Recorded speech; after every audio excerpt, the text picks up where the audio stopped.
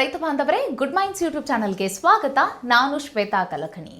ಹಲವು ದಿನಗಳಿಂದ ನಮ್ಮ ರೈತರು ನಾವು ಬೆಳೆದಂತಹ ಬೆಳೆಗಳಿಗೆ ಬೆಂಬಲ ಬೆಲೆಯನ್ನು ಫಿಕ್ಸ್ ಮಾಡಿ, ಸಾಧ್ಯ ಆದಷ್ಟು MSPನ ಜಾರಿ ಮಾಡಿ ಅಂತ ಹೇಳಿ ಹಲವು ದಿನಗಳಿಂದ ಹೋರಾಟ ಮಾಡಿಕೊಂಡೇ ಬಂದರು. ಕೇಂದ್ರ ಸರ್ಕಾರ ಮನಸ್ಸು ಮಾಡಿ ಈಗ ರೈತ ಬೆಳೆದಿರುವಂತಹ ಈರುಳ್ಳಿ ಬೆಲೆಗೆ ಬೆಂಬಲ ಬೆಲೆಯನ್ನು ಫಿಕ್ಸ್ ಮಾಡಿದೆ. ದಾಸ್ತಾನು ಹೆಚ್ಚಿಸ್ಕೊಳ್ಬೇಕು ಅಂತ ಹೇಳಿ ರೈತ ಬೆಳೆದಿರುವಂತಹ ಈರುಳ್ಳಿನ ಕೊಂಡುಕೊಳ್ತೀವಿ ಅಂತ ಹೇಳಿ ಮುಂದೆ ಬಂದಿದ್ದಾರೆ. ಆದರೆ ವಿಪರ್ಯಾಸ ಕೇಳಿ, ಕಳೆದ 2 ತಿಂಗಳಲ್ಲಿ 5 ಬಾರಿ ಬೆಂಬಲ ಬೆಲೆಯನ್ನು ಪರಿಷ್ಕರಣೆ ಮಾಡುವ ಸವಾಲು ಕೇಂದ್ರ ಸರ್ಕಾರಕ್ಕೆ ಎದುರಾಯಿತು.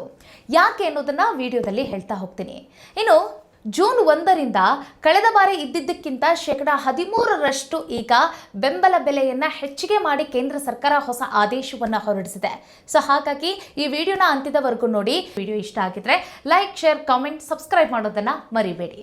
ವೀಕ್ಷಕರೇ, ಈ ಬೆಂಬಲ ಬೆಲೆ MSPಗಾಗಿ ರೈತರ ಹೋರಾಟ ಮತ್ತು ರೈತರು ಪಟ್ಟಂತಹ ಶ್ರಮ, ಈ ಬೆಂಬಲ ಬೆಲೆಗಾಗಿಯೇ ಹಲವು ಹೋರಾಟಗಳು ನಡೀತಾನೇ ಬಂದವು. ಇದು ಇವತ್ತಿಂದು ನಿನ್ನೆಯ ಕತೆ ಅಲ್ವೇ ಅಲ್ಲ. ಕಳೆದ 10-20 ವರ್ಷಗಳಿಂದನೂ ಕೂಡ ಈ MSPಗಾಗಿ ನಮ್ಮ ರೈತರು ಹೋರಾಟವನ್ನು ಮಾಡಿಕೊಂಡೇ ಬಂದಿದ್ದಾರೆ. ಆದರೆ ಇಲ್ಲಿವರೆಗೂ ಕೂಡ ರೈತರಿಗೆ ನ್ಯಾಯ ಕೊಡಿಸುವಲ್ಲಿ ಯಾವುದೇ ಸರ್ಕಾರ ಆಡಳಿತಕ್ಕೆ ಬಂದರೂ ಸಹಿತ ಯಾರು ಕೂಡ ನ್ಯಾಯ ಕೊಡಿಸುವ ಕೆಲಸವನ್ನು ಮಾಡಲಿಕ್ಕೆ ಹೋಗೇ ಇಲ್ಲ. ಅದರ ಬಗ್ಗೆ ತಲೆ ಕೆಡಿಸ್ಕೊಳ್ಳಿಕ್ಕೂ ಕೂಡ ಹೋಗಿಲ್ಲ. ಆದರೆ ಬೆಂಬಲ ಬೆಲೆನ ಫಿಕ್ಸ್ ಮಾಡ್ತೀವಿ ಅಂತ ಹೇಳ್ತಾರೆ, ಯಾವುದೋ ಒಂದು ಬೆಳೆಗೆ ಮಾಡ್ತಾರೆ. ಆದರೆ ನಾವು ಕೇಳೋದು, ರೈತ ಕೇಳೋದು ಏನು ಅಂತಂದರೆ, ರೈತ ಬೆಳೆದಿರುವಂಥ ಪ್ರತಿಯೊಂದು ಬೆಳೆಗೂ ಸಹಿತ ಬೆಂಬಲ ಬೆಲೆಯನ್ನು ಫಿಕ್ಸ್ ಮಾಡಿ ಅಂತ. ಇವತ್ತೇನೋ ಇವರು ದಾಸ್ತಾನು ಹೆಚ್ಚಿಸ್ಕೋಬೇಕು ಅನ್ನೋ ಒಂದು ನಿಟ್ಟಿನಲ್ಲಿ ಇವರು ಪರ್ಟಿಕ್ಯುಲರ್ ಆಗಿ ಒಂದು ಬೆಳೆ, ಅದು ಈರುಳ್ಳಿಗೆ ಬೆಂಬಲ ಬೆಲೆಯನ್ನು ಫಿಕ್ಸ್ ಮಾಡಿದ್ದಾರೆ. ನೀವು ಬೆಳೆಯಿರಿ, ನಾವು ಕೊಂಡುಕೊಳ್ತೀವಿ, ದಾಸ್ತಾನು ಹೆಚ್ಚಿಗೆ ಮಾಡೋಣ ಅಂತ ಹೇಳಿ ಈಗ ಈರುಳ್ಳಿ ಬೆಳೆಗೆ ಮಾತ್ರ ಇವರು ಆಫರನ್ನು ಕೊಟ್ಟಿದ್ದಾರೆ. ಆದರೆ ಉಳಿದಂತಹ ಎಲ್ಲ ಬೆಳೆಗಳಿಗೂ ಕೂಡ ಇದೇ ಆಫರ್ ಸಿಗಬೇಕು. ಈ MSP ಹೋರಾಟದ ಮಧ್ಯೆ ಅದೆಷ್ಟೋ ರೈತರ ಬಲಿದಾನಗಳು ಕೂಡ ನಡೆದು ಹೋಗಿವೆ. ಯಾಕೆ ಅಂತಂದರೆ, ರೈತ ಅಷ್ಟೆಲ್ಲ ಕಷ್ಟಪಟ್ಟು ಬೆಳೆದಂತಹ ಬೆಳೆಗಳಿಗೆ ಬೆಂಬಲ ಬೆಲೆಯನ್ನು ನಿಗದಿ ಮಾಡಿ ಅಂತ ಹೇಳಿ. ಆದರೆ ಅವಾಗೋ ಇವಾಗೋ ಯಾವುದೋ ಒಂದು ಬೆಳೆಯ ಮೇಲೆ ಕೇಂದ್ರ ಮತ್ತು ರಾಜ್ಯ ಸರ್ಕಾರದ ಕನ್ಸರ್ನ್ ಬರುತ್ತೆ. ಆಗ ಕಾಳಜಿ ವಹಿಸಿ ಆ ಒಂದು ಬೆಳೆಗಳಿಗೆ ಮಾತ್ರ ಅವರು ಬೆಂಬಲ ಬೆಲೆಯನ್ನು ನಿಗದಿ ಮಾಡ್ತಾರೆ. ಅದು ಎಷ್ಟು ಅಂತ ಕೇಳಿದ್ರೆ, ಮಾರುಕಟ್ಟೆಯಲ್ಲಿ 10 ರೂಪಾಯಿಗೇನೋ ಸೇಲ್ ಆಗ್ತಾ ಇದ್ರೆ ಇವ್ರು ಕೇಳ್ತಾರೆ 3 ರೂಪಾಯಿ 4 ರೂಪಾಯಿ ಅಂತ ಕೇಳ್ತಾರೆ. ಹಾಗಿದ್ದಾಗ ರೈತರು ಯಾಕೆ ಇವ್ರ ಹತ್ರ ಹೋಗಿ ಕೊಡೋಕ್ಕೆ, ಇವರ ದಾಸ್ತಾನನ್ನು ಹೆಚ್ಚಿಸ್ಲಿಕ್ಕೆ ಯಾಕೆ ಮುಂದಾಗ್ತಾರೆ ಹೇಳಿ? ಯಾಕಂತಂದ್ರೆ ಇವರು ಅಷ್ಟೆಲ್ಲ ಕಷ್ಟಪಟ್ಟು ಬೆಳೆದಾಗ ಆ ಒಂದು ಪ್ರಯೋಜನವನ್ನು ರೈತ ತೆಗೆದುಕೊಳ್ಳದೆ ಇವ್ರಿಗೇನೋ ಕೊಡಕ್ಕೆ ಹೋಗ್ತಾರೆ ಹೇಳಿ? ಸೊ ಅಂತಹ ಒಂದು ಸಿಚುವೇಶನ್ನ ರೈತರಿಗೆ ಇವರು ಕ್ರಿಯೇಟ್ ಮಾಡ್ತಿದ್ದಾರೆ.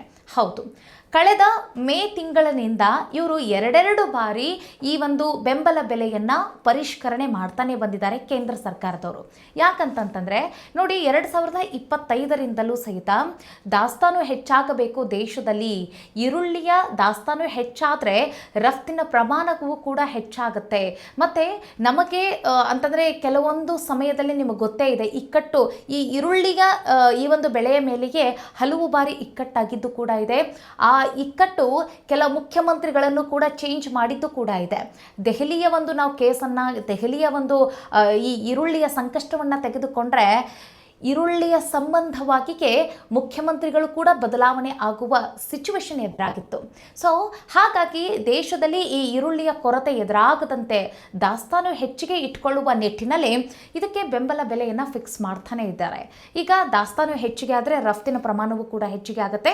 ಮತ್ತು ಯಾವತ್ತೂ ಕೂಡ ಕಂಟಕ ಮತ್ತು ಯಾವತ್ತೂ ಕೂಡ ಸಂಕಷ್ಟ ಎದುರಾಗದಂತೆ ನೋಡ್ಕೊಳ್ಳಿಕ್ಕೆ, ಬ್ಯಾಲೆನ್ಸ್ ಮಾಡಲಿಕ್ಕೆ ಈ ರೀತಿಯಾಗಿ ಈಗ ಬೆಂಬಲ ಬೆಲೆಯನ್ನು ಫಿಕ್ಸ್ ಮಾಡ್ತಿದ್ದಾರೆ. ಹಾಗಾದರೆ ಕಳೆದ 2 ತಿಂಗಳಿಂದ ಬೆಂಬಲ ಬೆಲೆಯನ್ನು ಫಿಕ್ಸ್ ಮಾಡಿದ್ದಾರೆ. ಪರಿಷ್ಕರಣೆ 5 ಬಾರಿ ಆಗಿದೆ ಅಂತ ಹೇಳಿದ್ನಲ್ಲ, ಎಷ್ಟೆಷ್ಟು ನಿಗದಿಯನ್ನು ಮಾಡಿದ್ರು ಅನ್ನೋದನ್ನು ಒಂದೊಂದಾಗಿ ಹೇಳ್ತಾ ಹೋಗ್ತೀನಿ, ಕೇಳಿ. 2026 ಮೇ 22ರಂದು ಕೇಂದ್ರ ಸರ್ಕಾರ ಪ್ರತಿ ಕೆಜಿ ಈರುಳ್ಳಿಗೆ 15 ರೂಪಾಯಿ 80 ಪೈಸೆ ಅಂತ ರೈತರಿಗೆ ನೀಡಿ ರೈತರಿಂದ ಈರುಳ್ಳಿಯನ್ನು ಖರೀದಿಸಲು ಆರಂಭ ಮಾಡ್ತಾರೆ.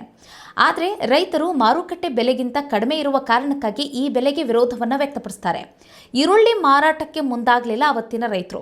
ಬಳಿಕ ಸರ್ಕಾರ ಏನು ಮಾಡುತ್ತೆ, ಏನಂತಂದರೆ ದಾಸ್ತಾನು ಹೆಚ್ಚಾಗಬೇಕು ಅನ್ನೋ ಒಂದು ನಿಟ್ಟಿನಲ್ಲಿ ಕೇಂದ್ರ ಸರ್ಕಾರ ಈ ಕ್ರಮವನ್ನು ತೆಗೆದುಕೊಂಡಿದ್ರು. ಹಾಗಾಗಿ 15 ರೂಪಾಯಿ ಕೆಜಿಗೆ ಅಂತ ಹೇಳಿ ಅವರು ಒಂದು ಬೆಂಬಲ ಬೆಲೆಯನ್ನು ಫಿಕ್ಸ್ ಮಾಡ್ತಾರೆ. ರೈತರು ಅದಕ್ಕೆ ವಿರೋಧವನ್ನು ವ್ಯಕ್ತಪಡಿಸಿದರು. ಮತ್ತೊಂದು ದರವನ್ನು ಫಿಕ್ಸ್ ಮಾಡ್ತಾರೆ, ಅದು 16.50 ಪೈಸೆ, ಅಂದರೆ ಕೆ ಜಿಗೆ 16 ರೂಪಾಯಿ ಅಂತ ಹೇಳಿ ಬೆಂಬಲ ಬೆಲೆಯನ್ನು ಫಿಕ್ಸ್ ಮಾಡ್ತಾರೆ. ನಂತರ ಜೂನ್ 20ರಂದು 17 ರೂಪಾಯಿ 30 ಪೈಸೆಗೆ ಹೆಚ್ಚಿಗೆ ಮಾಡ್ತಾರೆ. ನಂತರ ಬಳಿಕ 18 ರೂಪಾಯಿ 75 ಪೈಸೆಗೆ ಹೆಚ್ಚಿಗೆ ಮಾಡ್ತಾರೆ.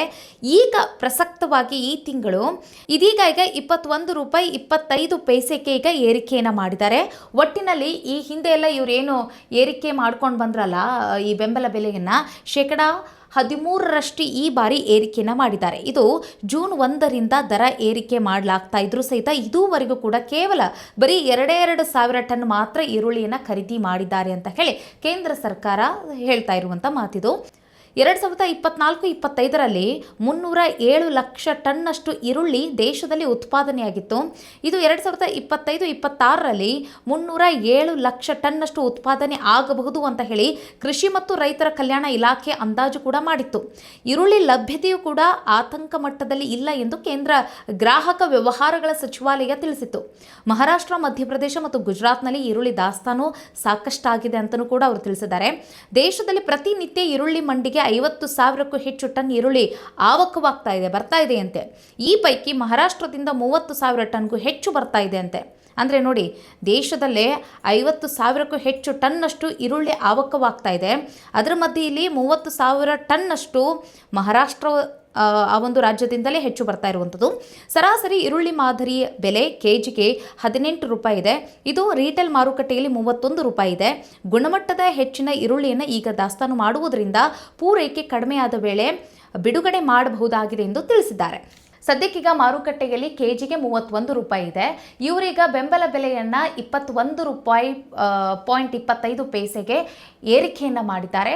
ನೋಡೋಣ ಅದೆಷ್ಟು ರೈತರು ಈರುಳ್ಳಿಯನ್ನು ಇವರಿಗೆ ಕೊಡಲು ಮನಸ್ಸು ಮಾಡ್ತಾರೆ ಅನ್ನೋದನ್ನು ಕಾದು ನೋಡೋಣ. ಅಥವಾ ಇನ್ನಷ್ಟು ದಿನಗಳ ಕಾಲ ವೆಯ್ಟ್ ಮಾಡಿ ಇವರು ಇನ್ನಷ್ಟು ಹಣವನ್ನು ಹೆಚ್ಚಿಗೆ ಮಾಡಿದ ನಂತರ ಕೊಡ್ತಾರಾ, ಕಾದು ನೋಡಬೇಕಾಗತ್ತೆ. ಒಟ್ಟಿನಲ್ಲಿ ಕೇಂದ್ರ ಸರ್ಕಾರದ ಈ ಬೆಂಬಲ ಬೆಲೆಯ ಪರಿಷ್ಕರಣೆಯ ಈ ವಿಚಾರ ನಿಮಗೇನಿಸ್ತು? 21 ರೂಪಾಯಿ ನಿಮಗೆ ಓಕೆ ಇದೆಯಾ? ಇನ್ನೂ ಜಾಸ್ತಿ ಮಾಡಬೇಕಿತ್ತಾ? ಅದ್ರ ಬಗ್ಗೆ ಕಾಮೆಂಟ್ ಮಾಡ್ತಾ ಹೋಗಿ. ಸಿಗೋಣ ಮುಂದಿನ ವಿಡಿಯೋದಲ್ಲಿ. ನಮಸ್ಕಾರ.